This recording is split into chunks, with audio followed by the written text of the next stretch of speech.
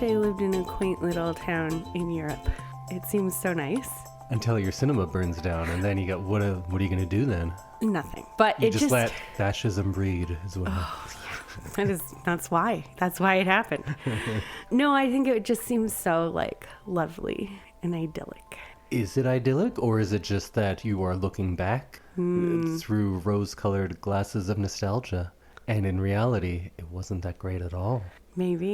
Maybe cinema itself is just a form of nostalgia and putting the best version of something forward, and then you get lost in that. But at what cost? Are you losing your true self? You know what? Let's save it. Okay. Let's get into it. We're going to get into it right now. Welcome, everyone, to a very special episode of I Love This, You Should Too. My name is Indy, harsh light of reality Randhawa. Oh.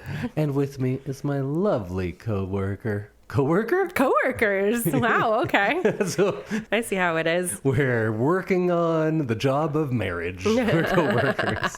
My lovely co-host, Samantha, rose-colored glasses Randhawa. That's me. So Rosie. Well, I guess let's just get right into things. We're talking about the 1988 film Cinema Paradiso. It's an Italian movie that I thought I loved, and I hit thought a little too hard there, so it kind of sounds like I don't love it. Yeah. But I thought it was a romance. Not so sure it was, but we'll talk about that. I brought this movie to Samantha. She had never seen it, and why would she? Why would she watch an Italian movie from the year she was born? True. But now she was forced to. And let's go first thoughts. Samantha, what'd you think of it? I really enjoyed it. I don't know if I'd go love, but I'm like a step just below love. I really enjoyed it. I thought it was really compelling and well done. I enjoyed all of the little pieces. I enjoyed the relationship that happened, between the cinema. What is that job called? Projectionist. Alfredo. Between Alfredo and the main character, and I just Toto. Salvatore. I just felt like this was such a beautiful kind of unconventional love story. Yes. So it is a love story. It's not a romance, but it is a love story. I think it might be a romance as well. Yeah.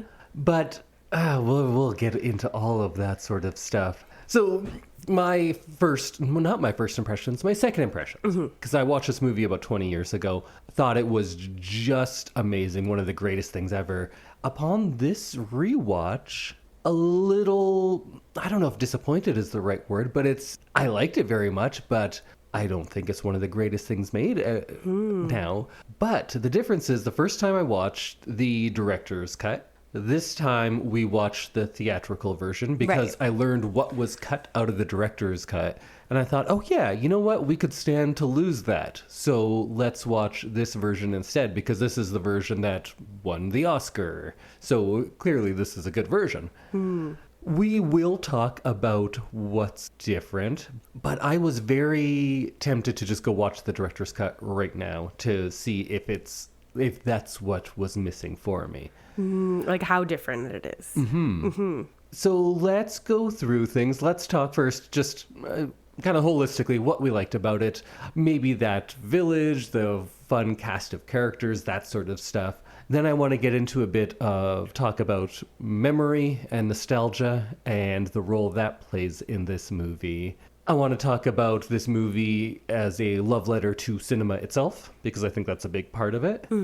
Then I'll tell you about the director's cut and how that's different. Okay. And then we can talk about the ending, and maybe that information colors how we see the ending. Yeah. I think, first of all, maybe one of the things that's holding me back is this might be more complicated than I thought it was the first time I saw it.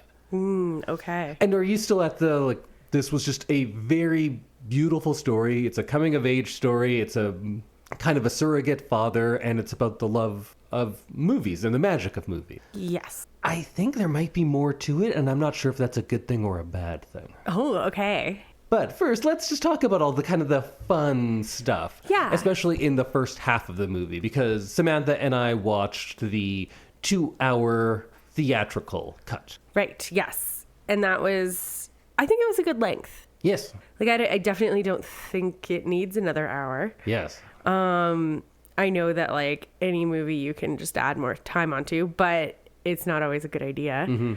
I felt like this was a really nice package. Package might be the wrong word, but, like, it felt like it hit all the notes it was supposed to. It felt like it had all the pauses it was supposed to.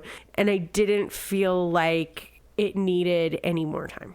And it has a kind of a very built-in break halfway through when we jump maybe 10 years into the future. Yeah. Yeah. I felt like the length was perfect and the content was kind of perfect for what we watched. The first half, though, I would say I enjoyed a lot more with the young Salvatore. With the little boy. Yeah, he was really good. That performance for that child was just fantastic. That was, I think you'd struggle to find a child actor who could do that now. And from my understanding, it wasn't a child actor. I think this might have been in the writer-director. It's one guy who wrote and directed this about his kind of semi-autobiographical. And I think they just went back to his hometown and made it there. Oh. Found this boy from like the next village over and they're like, yeah, you're great. Get in here. So he is very naturalistic because sometimes kids, you can tell they're acting, right? They're memorizing lines. They're doing the best they can. This kid doesn't seem like he's acting. He seems like he's just playing and they're recording it. Yeah, he very much does just seem like a kid. Yeah. A kid who doesn't work for a living. I liked how bad he was a lot of the time. Yeah. Not performance-wise. Like, he was a naughty child, which was hilarious to me. He was just a kid. I feel like kids in movies are often portrayed as, like, being excessively smart and very, very good and, like, really good at everything. And I feel like this kid was just a kid, and I appreciated that because, yeah, that made the story seem, like, that much more real. That little sequence of him taking the milk money, sneaking away, going to the movies, and then Alfredo kind of like helping him out and saying, oh no, yeah, we found your money, it's here. And that kind of showed you all you needed to know about that relationship going forward. Yeah, I liked that a lot. Also, just some like 6-year-old smoking cigarettes in a movie theater. It's very funny to me. The kids in this movie were great. So naughty. So naughty, but like true kids. Yeah. And I think that And smoking cigarettes was a part of it back then. Yeah. Part of that, it's just like so great to see kids being kids in a movie. And the other villagers too. There was a lot of fun. Like there's the grumpy priest. There's that one rich guy who always like spits on people. Oh yeah. Hated that guy, but he was fun. The guy that wins the lottery then comes back and builds the new cinema. Yeah. And the mom too. I wish I'd seen more of her actually. I felt the mom made me kind of sad because I mean she's got a very sad life. And I think that Toto gives her the best life he possibly can just because he gets this job and becomes the man of the family, and like it seems like she has a little bit of a happier life because he's so helpful. I think that's going to get into the big debate at the end. Is that better? Because there's that part. And then as he ages, he leaves and he's constantly sending her money so she can do things for her home. But he also doesn't come back for 30 years. He's also just not there. Yeah, you're right. And I think that's a big part of this movie. As young as him being whatever he is, 10 years old and going to be a projectionist. And it continues throughout that theme of having to leave to make things better for yourself. Yeah. Because the father is absent because he was presumably killed in the war, right? Yeah, I think so. And he then becomes an absent son. Yeah. Which is, just history repeating itself, I guess. Maybe in a way. What really made me sad was when we're jumping forward like 40 years now, but when he comes back and his mother had saved his room, how he left it. Exactly how that broke my heart. That was so sad. I felt so sad for the mom. The child leaving and not coming back for that long. Yeah. I think I have a lot of guilt because I didn't come back for I don't know. I was gone for 2-3 years at a time when I was living in different continents, but now I'm I had to be back once a week because we're in the same city. Yeah. But 30 years. That's a And long... he only lived like an hour away. Yeah. We were both very close with our parents, I think. And so I can't even imagine doing that. My mom's been away since Christmas, and I'm very sad about it. And you spent 3 weeks with her after Christmas. In the middle of that. Yeah. No, I know. I'm not going to see her for probably another month, but I'm like, oh, can't come soon enough. Yeah. So I can't imagine 30 years. And I think these are the things that I was talking about that complicate this movie. And you know how I love digging into the complex parts of it, and that's where I find the magic of it. But I don't know if it makes things better or worse to complicate it this much. Because this entire movie is being told by adult Salvatore as he's hears about Alfredo's funeral and he's remembering all of this. Right. So having that framing story does a couple of important things. First, all of this reality is softened, is by nostalgia, by him thinking about all of how great things were. And it's shown very literally in that first half of the movie. Everything is very gold and warm in a literal visual sense. The direction follows that. And it also makes things less concrete because we're never quite sure if what we're seeing is the reality of events or if it's just him remembering it. And I don't know about you, but the first time I saw it, that never even occurred to me. Like, this is what happened. Right. Did you kind of watch it thinking that as well? Yeah. Yeah. It's definitely, I never considered that this might not actually be 100% what happened. And I only started thinking about it this time because there's that section where he's in love with Elena, and to win her over, I think he waits outside of her door for 100 days? Which is crazy. It is. That is an objectively crazy thing to do. Well, that was happening. I was like, didn't her parents notice? Right? And her parents don't like him also. No. So you'd think they would have said something. Been like, please stop stalking our daughter. And then on the last day, he goes home and he's like, all right, that's it. And then she comes to him and it's this very romantic kiss and everything, which is great because you're like, yeah, this is a movie. But it's a little too movie. It's very much like the music swells and they kiss and it's a happily ever after moment. Right. And I was caught up in that the first time through. So I'm like, yeah, this is great. That's amazing. Yeah. But this is also a story that Alfredo had told him by this point. Right. So he already knows this as a piece of fiction. And we know that Toto loves movies and it wouldn't be crazy for him to filter his life through the idea of movies. Right. And so that doesn't prove anything on its own yet. But then when he comes back he has his couple of years of military service. I'm not sure exactly how long, but a year, some months? A year, I don't know. Yeah. It seemed like a year maybe. And then when he comes back, everything looks different. Yes. Color-wise, nobody seems to know him or like him, and she's gone. Yeah. And I think that is the reality. That's kind of the break between him growing up. It's not that 10-year jump we do from child Toto to the teenage version of him. I think it's before and after he leaves, because everything looks different to the camera, because this is his memory, him telling the story, or at least how he remembers it. So of course everything was great. And then when she leaves, it's this dusty town where nobody remembers him. Everything kind of has a dull look to it. Yeah. And the direction and design and even the score of the film kind of changes as well. And with the movie that's spending so much time on what cinema means and is and how it constructs communities and memory, I, this time through, started thinking like, I think they're doing something here intentionally to show that older stuff maybe didn't happen like that. This was a time of poverty during the war. His father is killed, and we're just seeing it as this beautiful golden time. Yeah. It probably wasn't. No. And then, yeah, because kids don't always see the hard parts. Yeah. And I think parents do a lot of work to make sure that their kids still have a nice life, even True. even if it is like actually not a good life. They try and rose-colored glasses as much as you can to make sure that your kids aren't growing up in trauma like that. And I guess when he comes back, all of that's gone because he's an adult, or I assume he's an adult now.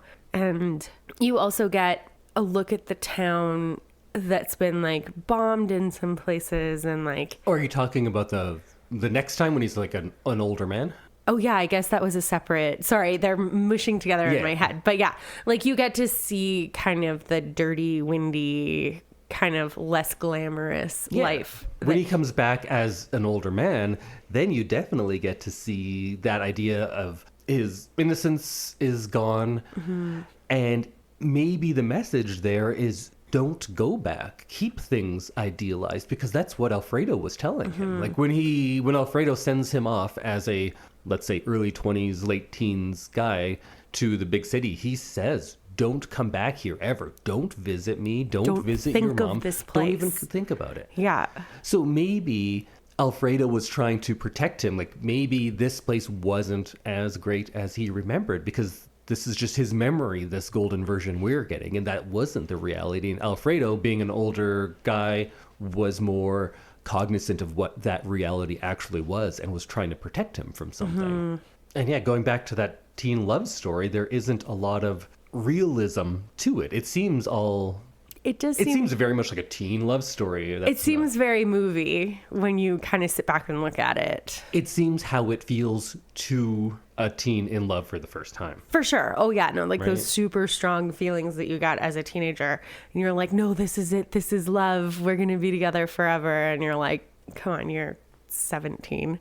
But I think that's the romantic love that he knows, that he's been taught through all of these movies he watches. Of course, all of the movies he watches are missing a little something, right? Because they've all been cut, and his love, of course, is missing something too. And it's not until later that he comes back and you realize the great love of his life was maybe the platonic relationship he had with Alfredo. And that was the actual long-lasting one that makes even the flashbacks seem great. Alfredo is kind of the driving force of that more than Elena ever is. Yeah. Yeah, and even after Elena is gone, Alfredo is still there. But at that point, all he does is tell him to, like, get out of here. True. But he's, like, still there for him. Yeah. In whatever way. He's always there. He's always at home waiting for him, even after he can't do projectionism, and like he was the only one that was there when he comes back after his military service. Yeah, the only person that really welcomes him is Alfredo. Yeah, and you get that like rekindled relationship when he comes back and they're together again, which is really lovely.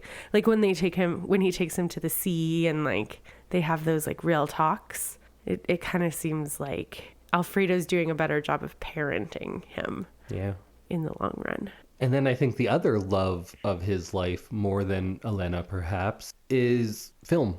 Like I think at its core, maybe this movie is a movie about the magic of cinema, both as a communal thing, because the entire town comes together at these points. There's those really great sequences when they show the movie out into the square and everybody stands and watches it, and they instinctively stand as if they were sitting in the cinema. They're like in rows perfectly in a little that square was kind and of funny.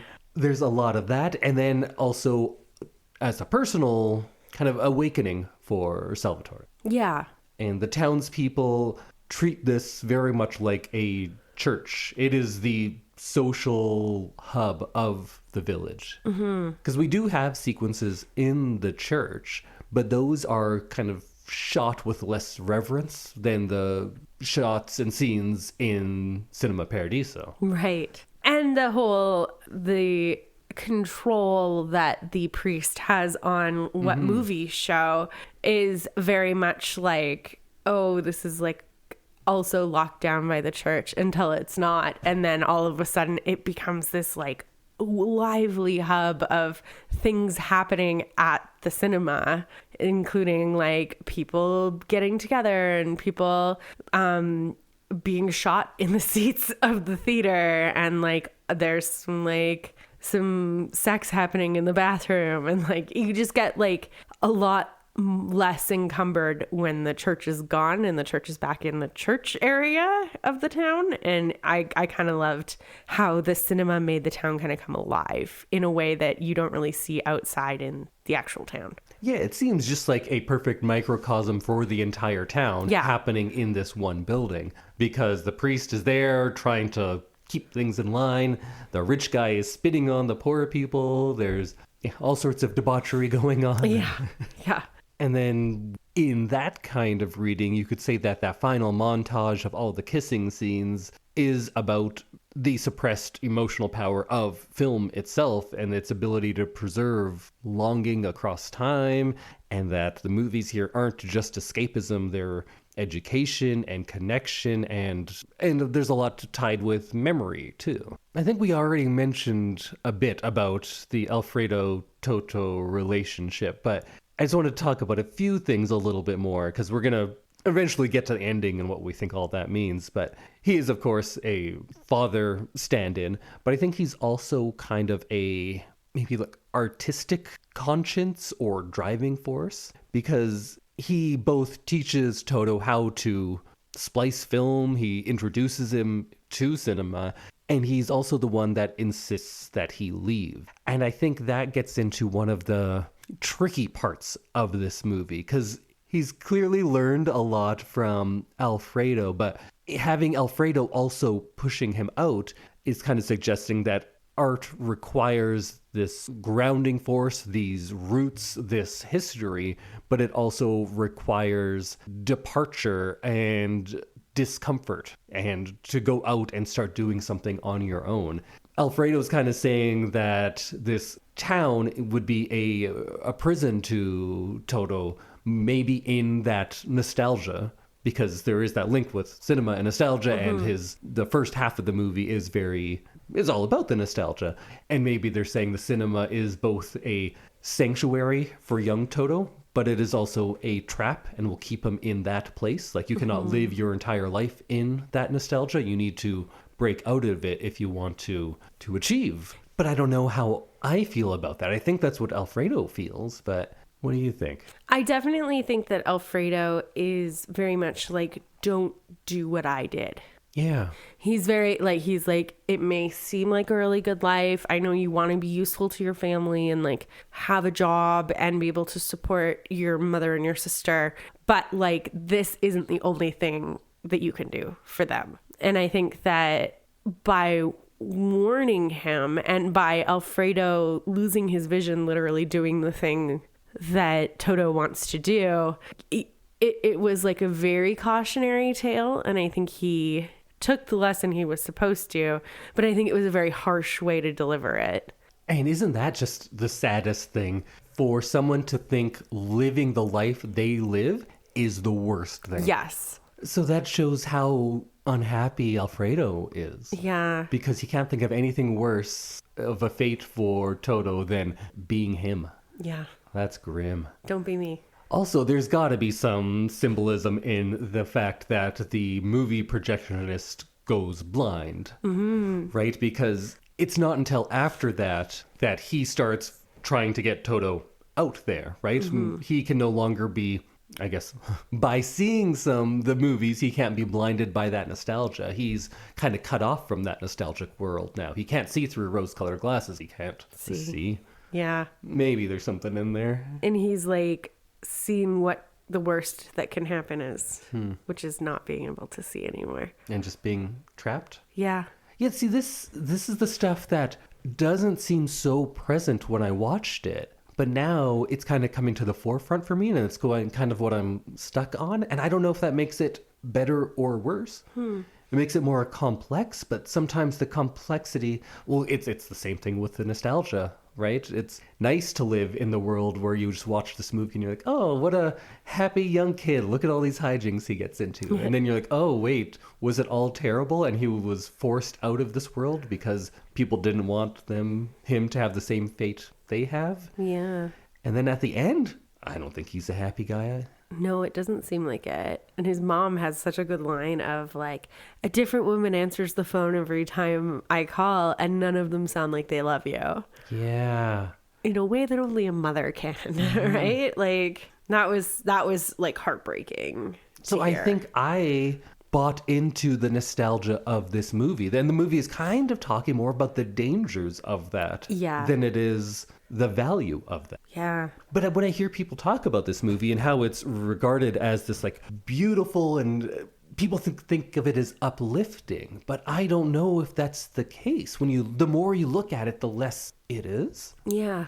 And I'm not saying that is good or bad, but it is a different takeaway than what I had the first time through. Yeah. Huh. Isn't this seeming much sadder the more we talk about it? It is a very sad movie. And it doesn't seem like that. Because it's not sad when you're watching it. It's fun. It's funny, too. It was very funny in some parts. And then romantic and fun, and there's childhood hijinks. And then it's like kind of sad at the end because he dies and everything. But it's just like, it doesn't strike me as like a really sad movie at first, which is strange because it is like actually so profoundly sad. Because I think it is about the dangers / benefits of nostalgia and cinema as nostalgia.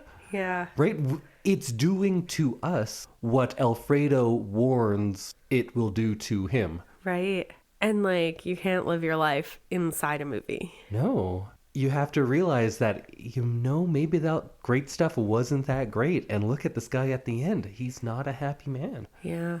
Whoa. But when I watched it, I was being a total young Toto and just being like, yeah, this is great. It's so much wonderful. fun. I just want to live in a movie. So I said, let's watch this version because the director's cut did things that I thought made it seem sad and bog it down. That's why I didn't want to watch that version. Now I'm thinking, I think that's what the movie wanted to do, and that's why I might have liked that version better. Oh, because it's like actually hitting home on the things that now kind of are coming to the surface, even if you didn't realize that they were always under there. Right. Okay. So the director's cut is 173 minutes, so it's a full hour extra. That's so much more time.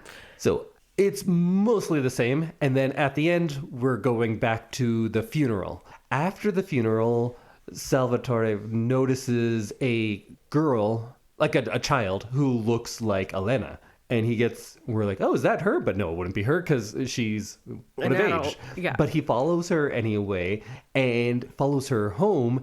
And there he finds Elena, who is this girl's mom. Oh. He then calls her in hopes of rekindling the romance. And she's like, no, I can't do that. But they do, in fact, meet up. Oh, yeah. And I guess spoilers if you're going to go watch the director's version. Yeah, which I'm not. So they meet and they have sex in the car and they're like, yes, I loved you. I loved you the whole time too. And we learned that she has married a acquaintance from when they were in school who is like a fine guy. And he's now trying to rekindle the romance. And she says I wish I could, but I have a family and a marriage. I can't do that. And he's frustrated and he's like, why didn't you ever contact me or tell me what happened to you? And she says that Alfredo made her promise that she wouldn't. Alfredo said that his destiny is outside of this town and her love would just keep him there. Oh. So now you're like, oh, wait, Alfredo, are you a good guy or not? And he says, well, you could have left a note. And she said, I did. I wrote my address on one of those papers in the, how there's all those papers in the projection booth? Right, because you keep all of, what are those, packing slips? Yeah. Or So, and then he goes back and does find that paper there. Oh. So it's been there for 30 years. Oh, wow. So then he goes home, watches the clips of all the people kissing and cries, and that's the end. Wow. That's a lot, huh? That is so... I'm sorry, I'm processing here. That is a totally different movie. You're right. So my thinking was, that's probably why also I thought the romance was such a bigger part of this than it is in this one. So my thinking was, it's a romance, but this extra bit of finding her and realizing we can't be together. Why do I need that? Let's leave it as this open-ended, perfect romance that could have been. But in the version we saw, there isn't much of it. No. There isn't enough of it to make it seem like it's a life-changing thing, because it has that teenage gloss on it where you're like, yeah, they had a great little time together, but it didn't seem like an all-encompassing love. Right. But this version, although it is sadder and ends up in like a weird place and makes you feel questionable about Alfredo's motives and tactics, does make you feel that he was truly in love, because it has lasted these 30 years, that he still feels it after all that time. So the romance is greater, even though it ends more finitely and worse. Huh. I don't know how to feel about that ending. Because, like, I was sad for him at the end of the movie, because I was like, well, he's still got this, like, shitty life, but he sees what, like, Alfredo was trying to do, and, like, he's clearly not happy in his life, but he's doing what he always wanted to do. I just don't know that the addition of that love story would make me, like, love the movie anymore. I don't know. It does fundamentally change a lot of things, though.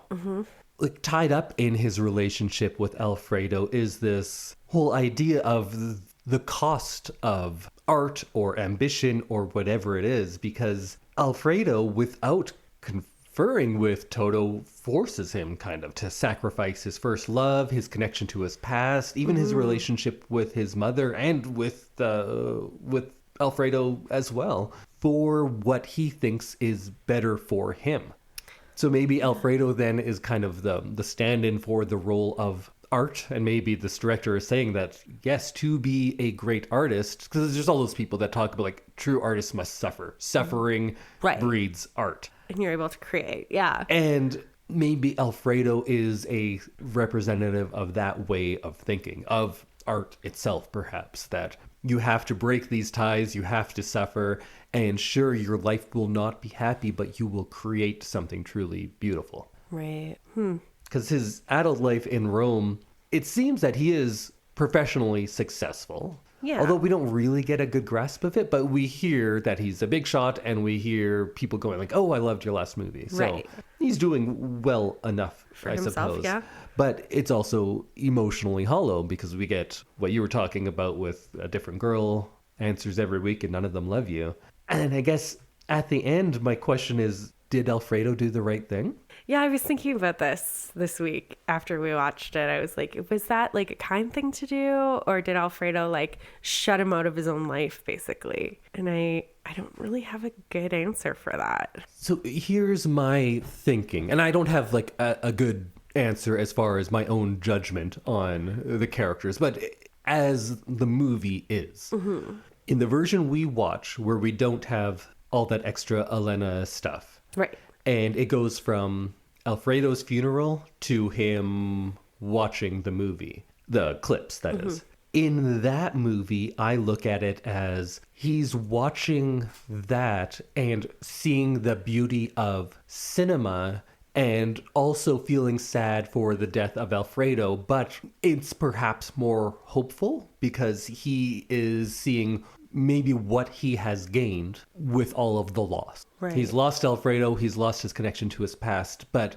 this little montage is about the emotional power of cinema and art. Right. And that could be kind of an uplifting feeling, right? Because that ending part, it doesn't seem completely tragic. It's people kissing, after all. Right. So it's kind of showing that his greatest love is film. That's how women. Yes. Yeah. And he has one but not the other. And maybe he's fine with that. And he's like, this is what I gave up and this is what I got. Yeah. Does that make sense? Yeah. Yeah, it does. But in the version where we see him try to rekindle things with Elena and fail, and then he goes and watches this and cries, then I take it as him realizing that his life is like these movies. They were great, they were beautiful, but there was something always missing. And now he sees Elena, he sees all of these kisses, and goes, that's what was missing. I never really had a true love. And just like the movies that he watched as a child, they were always missing something. his life was always missing something, and it was this true romance. And then he cries out of sadness for what will never be. Wow. So I think that bit changes it quite a bit. It does. And it's kind of impressive that they completely changed the tone of the movie with that. Yeah. Yeah, I don't know. Sorry, I'm like reacting to this in real time just because I haven't read anything about the second part or the second movie. Mm-hmm. Not the second movie, but like the second Director's version cut, of the movie. And yeah, wow. I just like, I still don't know if it needs that, but like it is interesting to see it come to that resolution instead. Yeah, I don't know which one is better. Yeah. But they are different. They are different movies. Yeah, they are. I think now, and again, now I'm being nostalgic myself, looking back on 20 years ago when I watched it, I did not have the same feeling towards this shorter version as I did when I first watched the longer version. Right. We were talking about how, like, oh, let's see if Samantha has a heart of stone or if she cries at the end. Did you cry at the end of this one? I did cry at the end of this Okay. one. This time I did not. Oh. Because it didn't hit me as hard because it didn't have that Elena part. Oh. Was it during the montage at the end that you cried? Yeah, and just seeing him like fly home and then when his mom had the room? Okay, yeah. I'll cry on that. Yeah. Yeah, sure. And like, this was probably like not a great time for me to be crying during a movie because I could like barely breathe because we were We're all sick. yeah. But I was like having a very hard time swallowing and breathing, and I was also crying at the same time. So I was like having a lot of symptoms all at once. But those were like the points where I got like emotional. So for the end montage, why? Why did you cry? Is it sad? Is it happy? Because like I was talking about, depending on where you think the movie is going, that end montage can be a beautiful thing. It could be a tragic thing. I thought it was kind of beautiful. I kind of felt like Toto is like sad when he gets back to his life and he's like, Alfredo's gone. And he kind of, I think, realizes now that he's an adult that Alfredo may have kind of had a shitty life because he was stuck in this job and then he lost his sight and he was like kind of stuck in bed. And then I think I really enjoyed him watching the clip, like the clip movie that he made, because he realized that there was like beauty in Alfredo's life still, and that the film reel was like the beauty for him, and that he was like okay in his life instead of being like, oh, Alfredo had such a shitty life. It's like, oh no, he had beauty in his life. It was just not from the people in his life. It was from the movies in his life. Yeah, so kind of what I was talking about, like, it's more about the beauty of cinema and the power of cinema. Yeah. Yeah, I think the shorter version that we saw, I think that's where I would go with it too. Like it felt like he had a nice ending of the movie because he's like, no, it's all right, because Alfredo did have a pretty and maybe that's beautiful. Why, although I might disagree with that, because did Alfredo have a great life? He couldn't even watch the movies. I guess, yeah. But it is about the beautiful aspect. Yeah. And I think that's why it didn't affect me emotionally as much this time, because I was prepared to be shattered. Oh, from seeing Elena again. For it to be a very sad montage. I couldn't remember much about the movie, but I knew it had a very sad, tragically romantic ending. Yeah. And then when this came around, I was just kind of like, oh, well, that's not where I thought. So it didn't hit me as hard this time. It was the sad things that hit me harder. Like when his mom in his room, I thought that was very sad. That got me. It was just a tiny little thing, but it got me. Yeah, We're both mama's babies. We really are. But yeah, it was like very much like a moment where, you know, like they always say like, oh, you can't go back to being a child again. Yeah. Which I think is kind of the theme of the movie in a lot of ways. Oh, for sure. But in that moment, it kind of felt possible.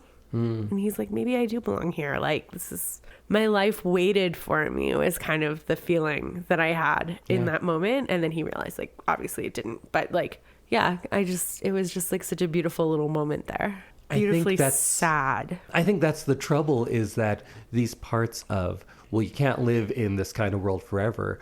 I'm kind of thinking like, well, maybe you could. Yeah. It seems better. I don't know. Yeah. I guess it kind of depends on what your life, I don't know. This was not a great sentence, but I think it's different answer for different people. Yeah, I guess that's it. And it seems odd that I would be on this side of things because I was very much of like, well, you need to move across the world sometimes and just have not know anyone or speak the language because that's how you grow. And I really believed that and did it for such a long time. But when I'm seeing this, though, I'm like, you could just hang out with Alfredo still. You could visit. You could visit. That was the mom, thing. man. I couldn't even imagine like not visiting my mom. Yeah. Granted. He has a sister. He's a sister he doesn't even know. Yeah. Yeah, I just think that like there was a little bit of stuff here that like I don't relate with that made it like even more sad to me. But I think that beautifully sad is the way that I would describe this movie. Agreed. Yeah. And I guess it is in that world of people who are hyper driven, like your top tier athletes. You notice how they're often like not great at other things, right? If you're so good at something, you sacrifice other things. And this movie is written and directed by a writer and director who is probably gone through this. And maybe in his mind, it's more of a positive because he made this movie that we are now watching that is affecting us because he gave up on certain things. So maybe there's a more of a push and pull if you are hyper competitive in something or if you're higher in the world in whatever your field is. But I got to the point eventually where I'm like, yeah, I don't need to do all this. I'd rather just like see the people I like. Yeah. So clearly I made my choice. Yeah. And it's probably different for different people. Yeah. Wow. So it's these extra things that weren't right on the surface. This movie is so fun and so enjoyable and sad and bittersweet and all of that on the surface. And then the more you think about it, it really complicates things. I'm not sure if you gain any more appreciation for what you see on screen because of these complications. But this entire talk we've had, we've barely talked about the actual scenes that we see. It is about how you interpret it. It's the themes. It's not yeah scene by scene like some movies that we talk about. I guess we'll wrap up there, but all I can say is it's a beautiful movie. Yes. Whether you think it's beautiful and hopeful or whether you think it's beautiful and tragic is probably up to you. Either one. And I guess it depends on which version you see. Again, both very valid, both very different. Yeah. And your life, I guess. Like Do your life ones? and realizing that the metatextuality doesn't just go into this being a movie about someone becoming a director, but it's also written and directed by someone who is reflecting on their own choices. Right. There's just a lot to it that I don't think often gets talked about and appreciated as much as it should. So go watch it if you haven't. We already ruined it for you. But it's worth a watch. Love it. I think it's movie. worth a watch. Oh, so, for sure. Yeah, it's... I might say, though, go watch the 3-hour version, the director's cut. Whoa. When we set out to watch this movie, you said, I don't think we need to see the 3-hour version. But based on what I've told you, maybe we do. Maybe we do. It's a different movie. Yeah. I can't yet argue if it's better or worse, but I think it's valuable. I guess it's too late now since we've already talked about the whole thing, but I think what someone should do if they're watching the first time, watch the theatrical version all the way through and sit with it and be like, oh, okay, I get it. Then the next day, go watch the last hour of the director's cut and be like, oh, this is a different movie. How do I feel about that? I'd be down to do that, I think. Crazy how you can change a movie like that and the tone of the movie just by adding a little bit in. But I think the more you look at the short version, I think that tone is also here. You just have to dig a little more. And it's all about that idea of film as nostalgia and nostalgia as a prison. But you know what? We already talked about it all. So let's stop it there. Okay. I did pick this as my romance movie for our month of romantic movies. I don't know that it was, but you know what? This version is definitely a romance. It is a love letter to film. Yes, it's a I love film. Yeah, it really is. But let's do a rebroadcast next week of one of my favorite romantic comedies. Let's do Pretty Woman. Okay. What a great movie. What a great movie. That's a movie that I love so much. And if you haven't seen it, watch it. I think you're going to be shocked how great of a movie it is. Yeah. And I think you might think you know what it is, but you don't. So go watch Pretty Woman and then listen to our episode next week. Awesome. Bye, everyone. Goodbye.